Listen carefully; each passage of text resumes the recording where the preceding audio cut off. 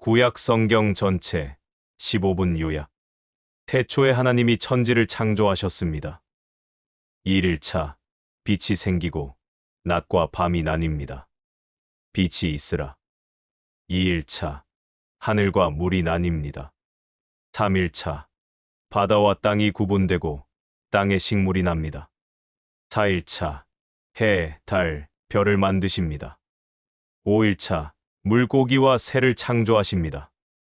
6일차 땅의 동물과 하나님의 형상대로 사람을 만드십니다. 보시기에 심히 좋았더라. 7일차 하나님이 창조를 마치고 쉬십니다. 안식하셨더라. 하나님은 말씀으로 모든 것을 창조하셨고 우리는 그분의 형상대로 지음받았습니다. 먹지 말라면서 왜 만들었죠? 선악과의 딜레마. 하나님이 먹지 말라면서 왜 굳이 선악과를 만들었을까? 그리고 뱀, 진짜 사탄 맞나요? 동산의 모든 나무 열매는 먹되 선악을 알게 하는 나무의 열매는 먹지 말라. 먹는 날에는 반드시 죽으리라. 선악과는 단순한 과일이 아니라 하나님께 순종할 자유의지의 상징이었어요. 절대 안 죽어. 오히려 하나님처럼 될 거야. 여기서 나오는 뱀, 단순한 동물이 아닙니다. 계시록 12장 9절은 이 뱀이 사탄이라고 분명히 말하죠.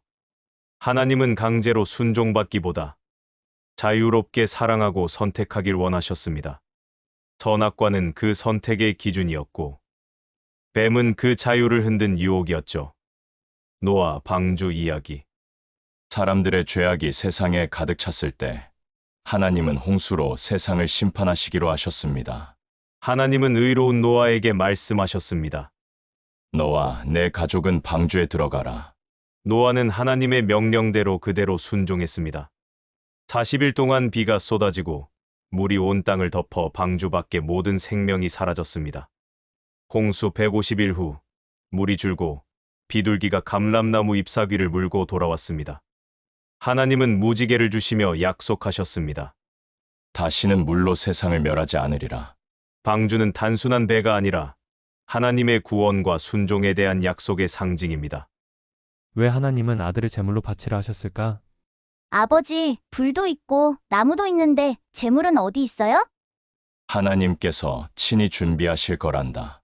하나님은 아브라함에게 가장 사랑하는 아들 이삭을 번제로 바치라 하셨습니다.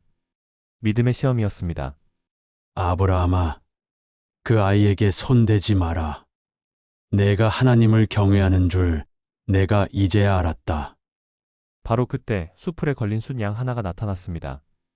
여호와 이래 주께서 예비하셨도다. 여호와 이래라 하더라. 순종의 아브라함, 예비의 하나님. 에서와 야곱의 어린 시절은 가나안 땅에는 이삭과 리브가라는 부부가 살고 있었어요. 그들은 오랫동안 아이가 없었지만 하나님께 간절히 기도한 끝에 쌍둥이 아들을 얻게 되었습니다. 첫째 아들은 에서였어요. 태어날 때부터 온몸이 붉고 털이 많아서 이름도 털 많은 자라는 뜻의 에서가 되었죠. 그는 힘이 세고 사냥을 좋아하며 야외에서 뛰노는 것을 즐겼습니다. 둘째 아들은 야곱이었어요. 그는 태어날 때 형의 발꿈치를 꼭 잡고 나왔습니다. 그래서 이름이 발꿈치를 잡는 자라는 뜻의 야곱이 되었죠. 그는 조용하고 사색을 좋아하며 집 안에서 머무는 시간이 많았습니다. 시간이 흐르면서 형제의 성격은 더욱 달라졌습니다. 에서는 날렵한 사냥꾼으로 들판에서 짐승을 잡아오는 일을 즐겼습니다. 아버지 이삭은 에서가 가져오는 고기를 특히 좋아해서 그를 더 아꼈습니다.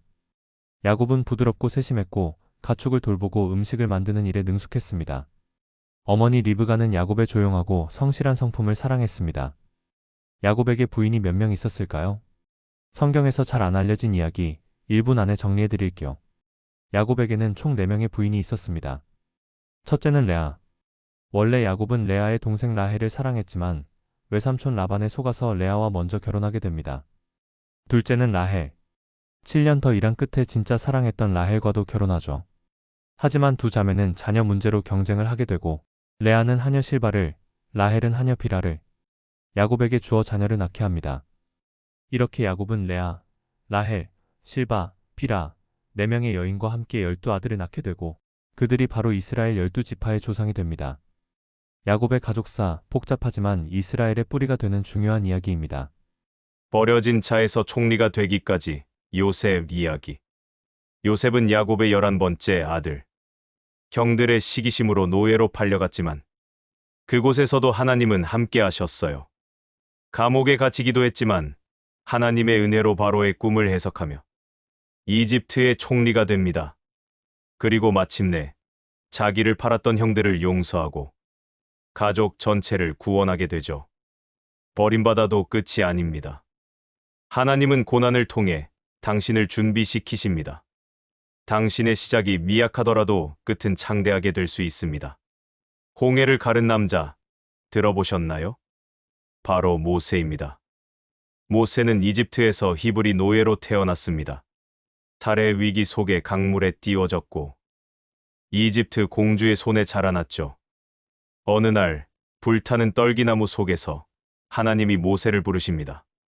내 백성을 이집트에서 이끌어내라. 모세는 바로왕 앞에 서서 명령합니다. 내 백성을 보내라.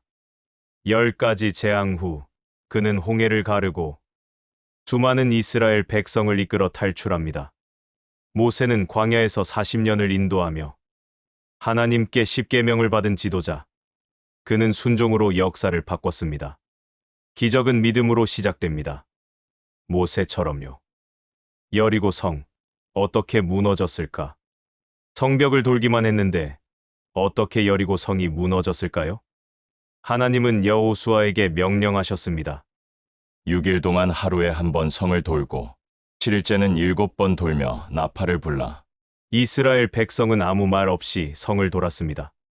제사장들은 나팔을 불었고 백성들은 기다렸습니다. 마지막 날 7번째 돌고 나팔 소리가 울려 퍼지자 여호수아가 외쳤습니다.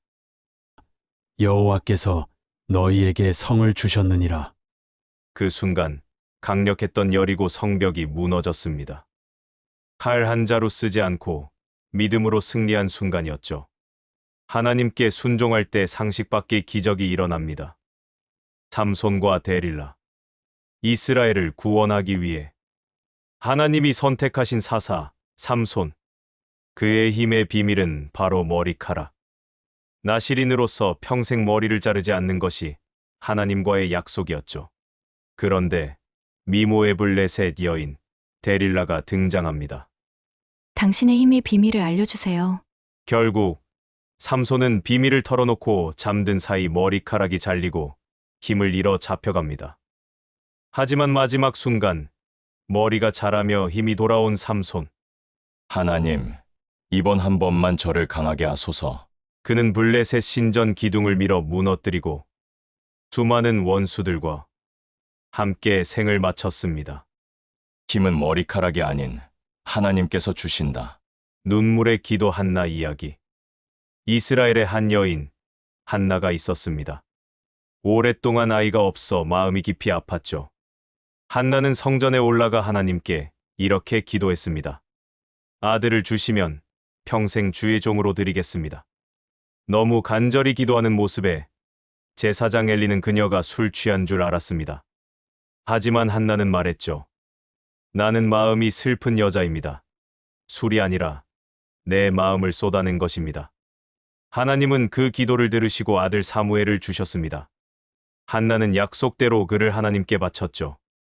눈물로 드린 기도는 결코 헛되지 않습니다. 어린 나이에 하나님의 음성을 들었던 소년 사무엘을 아시나요? 한나의 눈물의 기도로 태어난 아이 사무엘. 사무엘은 어릴 때부터 실로 성전에서 엘리 제사장 밑에서 자랐습니다. 다른 아이들처럼 집에서 뛰놀지 않고 성전에서 봉사하며 하나님을 배우며 자라났습니다. 어느 날 밤 사무엘은 누군가 자신을 부르는 소리를 듣습니다. 3번이나 엘리에게 달려갔지만 결국 그 음성이 하나님이심을 알게 되었어요. 그때 그는 이렇게 대답합니다. 말씀하옵소서. 주의 종이 듣겠나이다. 사무엘은 선지자이자 이스라엘의 마지막 사사였습니다. 백성을 바른 길로 인도했고 하나님을 떠날 때마다 회개로 이끌었습니다. 이스라엘 백성이 왕을 요구했을 때 하나님은 사무엘을 통해 사울을 왕으로 세우셨습니다.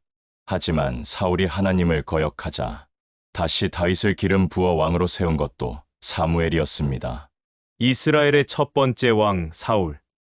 그는 어떻게 영웅에서 비극의 주인공이 되었을까?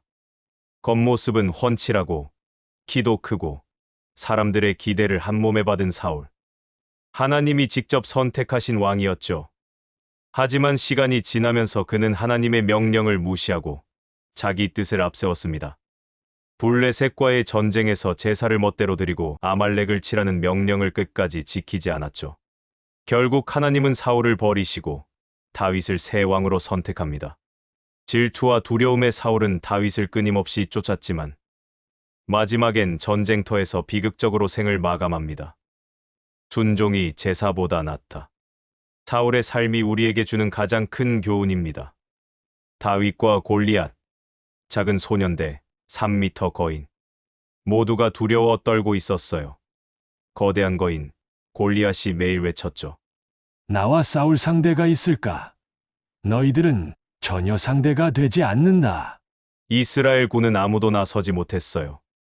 그때 작은 목동 하나가 나타났죠. 그의 이름은 다윗. 다윗은 말했어요. 너는 칼과 창으로 나오지만 나는 만군의 여호와의 이름으로 나간다.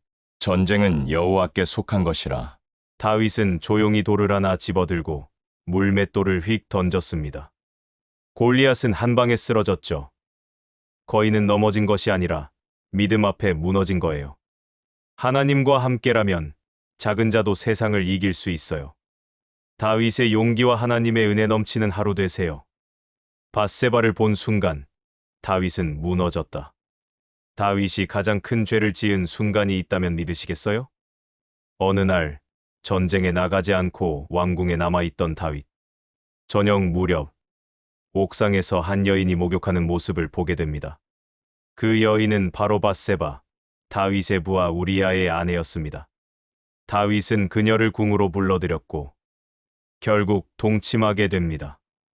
밧세바가 임신하자 다윗은 이 사실을 감추기 위해 남편 우리아를 전쟁터에서 죽게 만들죠. 하나님은 이 일을 크게 책망하셨고 선지자 나단을 보내 다윗의 죄를 지적합니다. 그제서야 다윗은 통곡하며 회개하죠. 다윗은 실수했지만 깊은 회개했습니다. 하나님은 그를 다시 회복시켜 주셨습니다. 유다 땅에는 하나님께 특별히 부름받은 한 사람이 있었습니다. 그의 이름은 이사야였죠. 어느 날 이사야는 놀라운 환상을 보게 됩니다. 높고 존귀하신 하나님께서 보좌에 앉으셨고 천사들이 외쳤습니다. 거룩하다, 거룩하다, 거룩하다. 그 앞에서 이사야는 두려워 떨며 말했습니다. 나는 입술이 부정한 자입니다. 그러자 천사가 숯불로 그의 입술을 정결하게 하고 하나님께서 물으셨습니다. 내가 누구를 보낼까? 이사야는 용기 있게 대답했죠. 내가 여기 있습니다. 나를 보내소서. 이후 이사야는 장차 오실 메시아, 곧 예수님을 미리 예언했습니다. 그가 찔림은 우리의 허물 때문이요. 그가 상함은 우리의 죄악 때문이라. 다니엘이 사자굴에 넣는다는 조서의 왕의 도장이 찍힌 것을 알고도 자기 집에 돌아가서는 전에 하던 대로 하루 3번씩 무릎을 꿇고 기도하며 하나님께 감사하였더라. 죽으면 죽으리이다. 에스더 이야기. 죽으면 죽으리이다. 한 여인의 용기가 한 민족을 구했습니다. 에스더는 유대인 고아였지만 바사 왕의 눈에 들어 왕비가 되었죠. 그러던 어느 날 유대인을 모두 죽이라는 명령이 내려집니다. 하만이라는 고위 관리가 꾸민 계략이었죠. 에스더의 사촌 모르드게는 말합니다. 내가 왕비가 된 것이 이때를 위함이 아니겠느냐. 에스더는 목숨을 걸고 왕 앞에 나아가기로 결심합니다. 그리고 이렇게 말하죠. 죽으면 죽으리이다. 결국 왕은 그녀의 말을 듣고 하만은 처형되고 유대 민족은 구원받게 됩니다. 하나님은 한 사람의 용기를 통해 역사를 바꾸셨습니다. 하나님의 역사는 지금도 일어나고 있습니다. 도움이 되셨다면 구독과 좋아요 부탁해요.